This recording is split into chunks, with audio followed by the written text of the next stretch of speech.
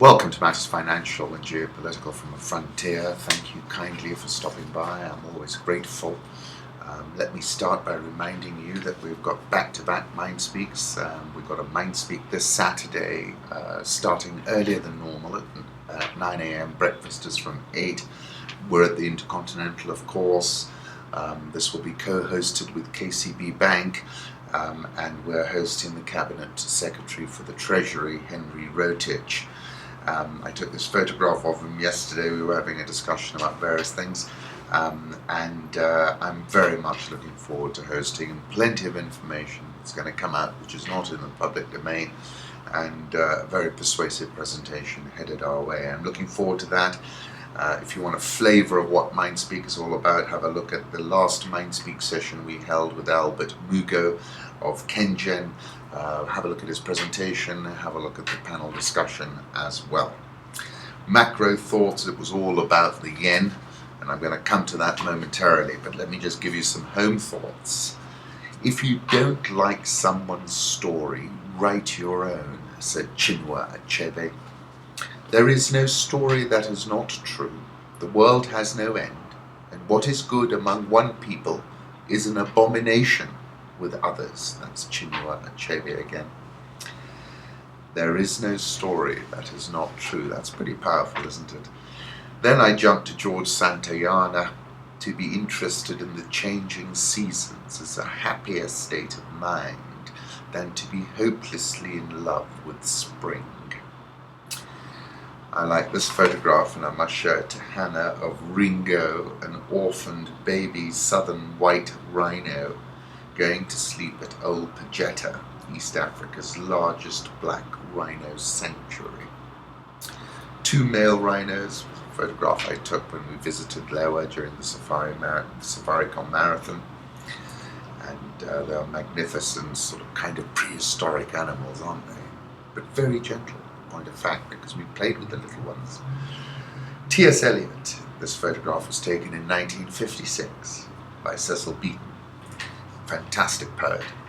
And according to this article that I read in the New York Review of Books, Silence, which he never published, about an experience for which we waited, one that overwhelms his consciousness of everything else. The second stanza reads, "This is the ultimate hour when life is justified. The seas of experience that were so broad and deep, so immediate and steep, are suddenly still. You may say that what you will, at such peace I am terrified. There is nothing else beside." Political reflections. The situation has created an atmosphere of extreme nervousness of the economy minister. Ulikayev to President Vladimir Putin in a meeting on January the 26th, according to a transcript released by the Kremlin. This goes back to the point I've made severally, that Vladimir might be a geopolitical grandmaster, but he never saw the oil warfare specialist President Obama coming. Zika spreading explosively, up to 4 million cases expected. That's the World Health Organization. Chance of the virus, which had been linked to birth defects and neurological problems, was spreading explosively. As of today, cases have been reported in 23 countries and territories in the Americas region. That took me back to a comment I made about the Ebola virus in October 2014, when I said it's not about the absolute number of cases, it is about its escape velocity. Viruses exhibit non-linear and exponential characteristics. I'll put up an image that CNN have posted of the Zika virus. Unusually for an official visit by another head of state, Mr. Rouhani, the first Iranian leader to visit Paris since 1999, was not invited to lunch or dinner at the Elysee Palace. Tehran said that Mr. Rouhani could not attend a meal if wine was served. France insisted, no wine, no meal. Die Welt tweets a photograph of Justin Trudeau. Wir wollen keine Macho-Ego-Politik, which means we're not interested in macho ego politics. He really is a breath of fresh air and taken Canada to where it really belongs, which was on the Liberal side. This is the full text. Looking at the refugee crisis took me back to Enoch Powell's Rivers of Blood speech. The link to the full speech is there on Rich Radon's. This speech was delivered April 20, 1968. He said many things, you've got to go and read about them, but essentially talking about the number of immigrants coming into the UK. And I thought to myself, what Enoch Powell spoke of then is now a reality for Europe. And it's pretty extraordinary. Predicting what will start a war and when is an unrewarding business. Long-term trends, the causes are often clear enough, but not the proximate causes or triggers. Let's move on to international markets. The shipping news says the world economy is toast. This is Mark Gilbert from the Bloomberg. He shows a chart showing what's happening to the volume of goods being shipped in containers from China's ports.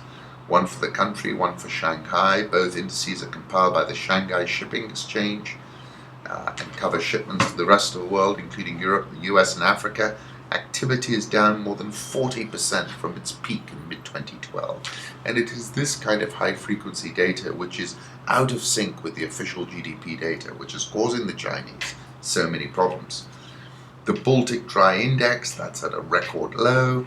Contractionary pattern in the available data on air freight as well. It's saying there's a scene in the film adaptation of Annie Proulx's Pulitzer Prize-winning novel, The Shipping News.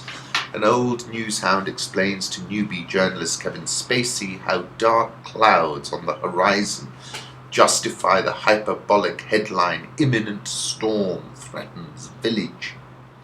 But what if no storm comes, Spacey asks. The veteran replies with the second-day headline, "Village spared from deadly storm." Unfortunately, having survived the storm fanned by subprime mortgages and the credit crisis, the clouds are gathering again over the global village we live in. They are getting darker every day. In a 5-4 vote, the Bank of Japan's board imposed a 0.1% fee on deposits, left with the Bank of Japan effectively a negative interest rate. This caused turmoil and sold off the yen. The BOJ will cut the interest rate further into negative territory if judged as necessary, the bank said.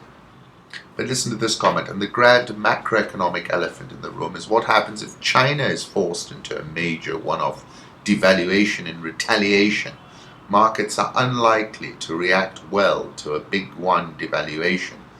And the further the ECB and the Bank of Japan force their currencies down, the more they push China to act.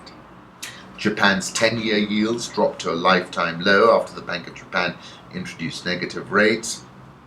Japanese yen dropped after the Bank of Japan made that announcement, but it's recovered a little bit, still down 190 ticks. And then the Nikkei 225 also had an incredible day, up and then down again. Let's move on to the currency markets. Euro 108.99, dollar index 98.86, dollar yen 120.73, Swissy 101.68. The pound has lost its grip on 144, 143.70, India rupee 67.985, South Korean won 1203.40, Rial 407.12, Egyptian pound 783.01, and the rand 1610.93. They raised rates in South Africa. Let me put up a 3-day chart of the dollar yen. Look at that spike. That certainly caught me off guard in the whole market, I think. Gold, last trading at 11.13. I'll put up a 6-month chart. That's called geopolitical bid. Oil futures set for second weekly gain on supply cut talk. Brent futures have jumped over 25% since hitting an intraday low of $27.10 a barrel on Jan 20, and up to its Jan 28 high of $35.84. US crude climbed 36 cents to $33.58, and it's also set for a 4.6% weekly gain. Despite the unlikely scenario of supply cutbacks in the oil market, prices have found some support above $30 a barrel. We believe that this basis is fragile, with fundamentals expected to weaken in the coming weeks, says ANZ. I'll put up a chart of crude oil. You can see what a strong rebound that's been. But remember, it had fallen so dramatically, so this is within the context of highly volatile crude oil. Satellite images indicate Burundi used mass graves, Amnesty says. The photographs are consistent with the testimony of witnesses who said that graves were dug December the 11th after heavy fighting erupted when gunmen attacked military camps in Bujumbura. At least 154 people died in that bout of violence, the Paris-based Worldwide Movement for Human Rights and Ligue Eteka local group said last month.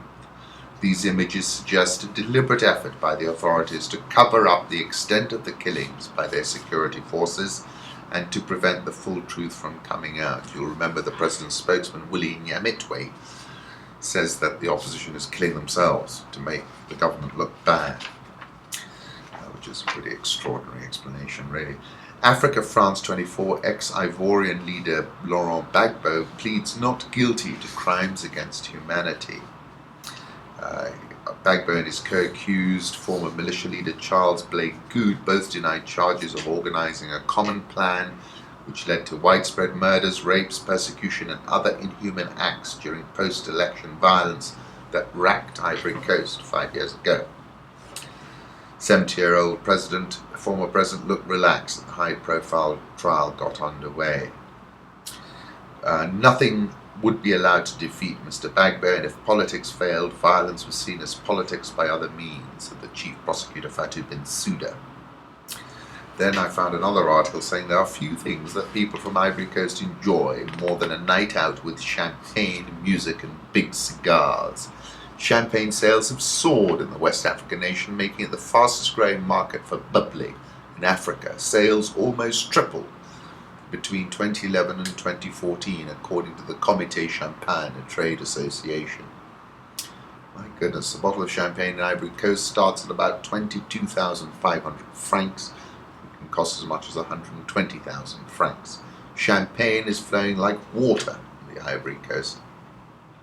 It's become an affordable luxury with a growing middle class that's got money to have a good time. Foes from Mozambique's war spar as energy windfall looms. A bronze statue of a former president looms in Mozambique's capital, but the likeness of Samora Machel imposing in military uniform and with pointed finger is a symbol of division for some in a resource-rich nation shadowed by a civil war legacy. Far from history-steeped Maputo, dotted with faded Art Deco buildings made by Portuguese colonizers and streets named after Karl Marx and other revolutionaries, fresh reports of violence between old battlefield adversaries suggest a 1992 peace deal never quite took hold. Several thousand people in Mozambique's Tete province, which has large coal reserves, recently fled into neighboring Malawi, alleging violent persecution by government troops, a charge the government denies. Last week, Manuel Bissopo, General Secretary of the main opposition movement, Renamo, was seriously injured when gunmen fired on his car in Beira City. The backstory is the rivalry between Frelimo, a former Marxist guerrilla movement led by Machel, that took power after independence from the Portuguese in 1975, and Renamo, the force that fought Frelimo for more than 15 years in a conflict that killed up to 1 million. They are now rivals in the political arena, with Frelimo coming on top in national elections. The tension between Renamo and Frelimo partly reflects jockeying for cuts of the fledgling energy industry, according to some analysts. Everybody is lining up to figure how to get it. It's saying that the benefits of an expected tsunami of money in a decade or so could be undercut by corruption, poor planning, protectionist policies that hurt free trade. I called it the next Qatar. It still is, notwithstanding lower prices, but these are certainly interesting times. Maputo, of course, is the kidnapping capital of Africa. Let me put up that photo taken on October 9th, 2015, a bronze statue of former Mozambican President Samora Machel. And I'll put up a photograph that I took of the same Samora Machel statue, and I rather liked mine better. Maputo from the sea. We took an expedition on the sea, and I took this photograph of the city. 4th of June 2012, I wrote Maputo, Boomtown.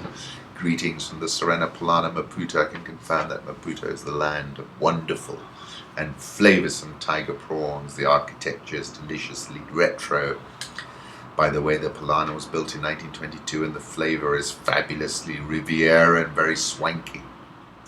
So of course Mozambique has popped large onto the global radar because of gas reserves that have been discovered offshore and in the deep sea.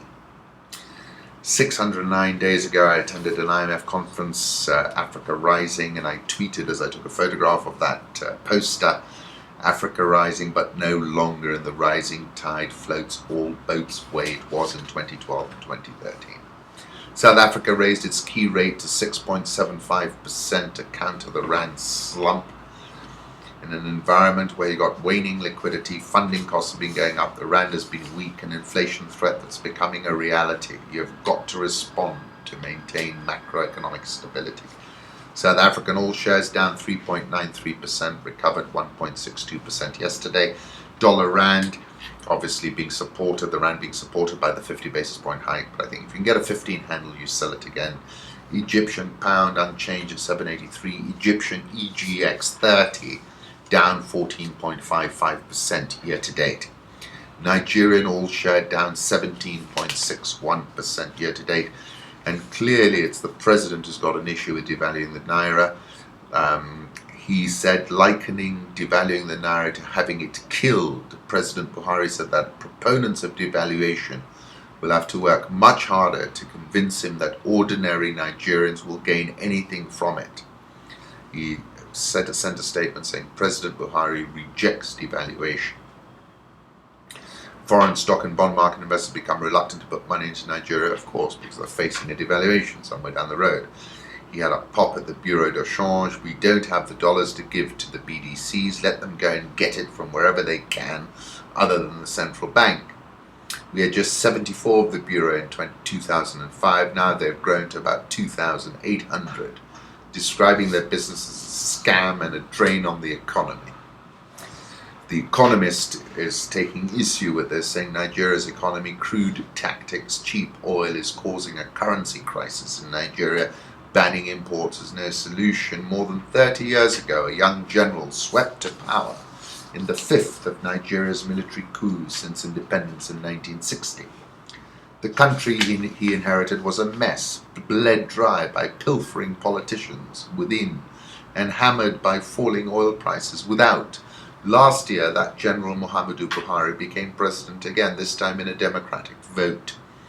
The problems he has inherited are almost identical, so are many of his responses. The sticky stuff directly accounts for only 10% of GDP, but 70% of government revenue and almost all of Nigeria's foreign earnings. Talking about how growth was about 3% in 2015, almost half the rate of the year before, and barely enough to keep pace with the population. Stock market is down by half from its peak in 2014. Domestic oil producers feeling the pinch worst. Many borrowed heavily to buy oil fields when crude was worth more than $100 a barrel, now struggling to pay the interest on loans. This in turn threatens to create a banking crisis. About 20% of Nigeria's bank loans were made to oil and gas producers. Capital cushions are plumper than they were during an earlier banking crisis in 2009, but even so, bad debts are mounting, and banks that are exposed to oil producers may find themselves in trouble. It wouldn't surprise me if one or two went down, says a senior bank in Nigeria. The government's response to the crisis has been three-pronged: trying to stimulate the economy with a mildly expansionary budget, trying to protect its dwindling hard currency reserves by blocking imports. Third, it is trying to suppress inflation by keeping the naira pegged at 197 to 199 to the dollar. I don't think it's going to work. I've said that severally, and I think the risks here are that it becomes a disorderly situation. Ghana Stock Exchange is up 0.57% this year, bucking the negative trend. Zambian inflation quickened for the sixth straight month to a 12-year high. Prices rose by 21.8% year on year in January. Inflation has in Zambia climbed from 7.7% in September to now what is 21.8%. Lychees, I do love them, an exotic fruit that provides a lifeline for Madagascar. Diageo reported their results, and I went and had a look at what they were saying, and let me just give you a few points. Reserve brands, that's Johnny Walker, have grown net sales 65% in Africa, driven in particular by Johnny Walker Blue. Net sales grew 3% in Africa, strong growth of beer, offset by, in South Africa and Angola, so there was a decline of Scotch given the challenging economic conditions. That's interesting. Beer performance was led by the rollback of excise duty increase on Senator in Kenya. Very interesting analysis. And then took me back to when I met with Ivan Menezes and Charles Island. Ivan said, if there's one drink I could take to a desert island, I would take Johnny Walker Black Label. The interest rate spreads need to narrow down. They are in the order of 9.7%, which relative to peers is humongous, said the central bank governor Patrick Njoroge. EABL has reported first half earnings per share surged 74.57%. The links are on the website if you want to dig into the full results. Revenue up 8.241%. Let me go down to profit before income tax, up 15.549%. They took a big profit from continued operations, profits up 16.1%, so that's all the organic number. But they took a profit from the sale of their glass manufacturer, which saw EPS surge 74.57%. Cash and cash equivalents surged 97.127%, which is always good to see. In their company commentary, they were talking of net sales growth of 8%, double-digit growth in 5 out of 8 product segments, and recovery in Senator Keg post the review in duty remission in Kenya.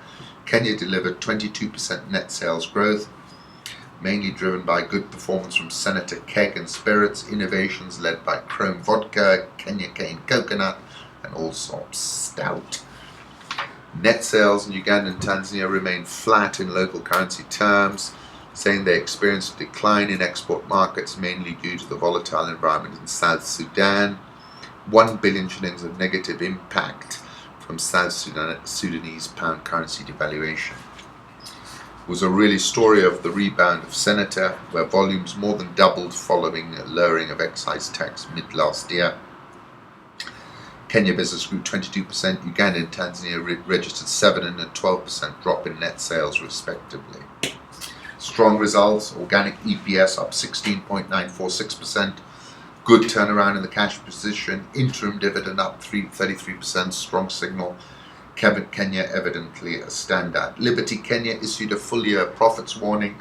Mark-to-market financial instruments was what they signaled. Interesting piece in the FT about Kenyan startup M-Kopa. Have a read. I said M-Kopa is the first example of serious beef among the hundreds of Kenyan tech startups. A lot of people have been drinking the startup Kool-Aid, and there hadn't been the traction till now. M-Kopa is one of those that's leading the charge. It has shown that you can take nickels and dimes from the bottom of the pyramid and build a substantial business, I say. Kenya shilling firm at 102.30. Nairobi all share down 6.03% this year, but up 0.27% yesterday. NSE 20 down 6.86% this year. And if you want to look into any listed share, it's the final link on Rich Wrap-Ups as you scroll down. I hope to see you tomorrow. Breakfast from 8, start at 9, big day. Cabinet Secretary, Finance Minister Henry Rotich. Looking forward to it. We're at the Intercontinental in the Mara Ballroom. Entry is free, so hope to see you there.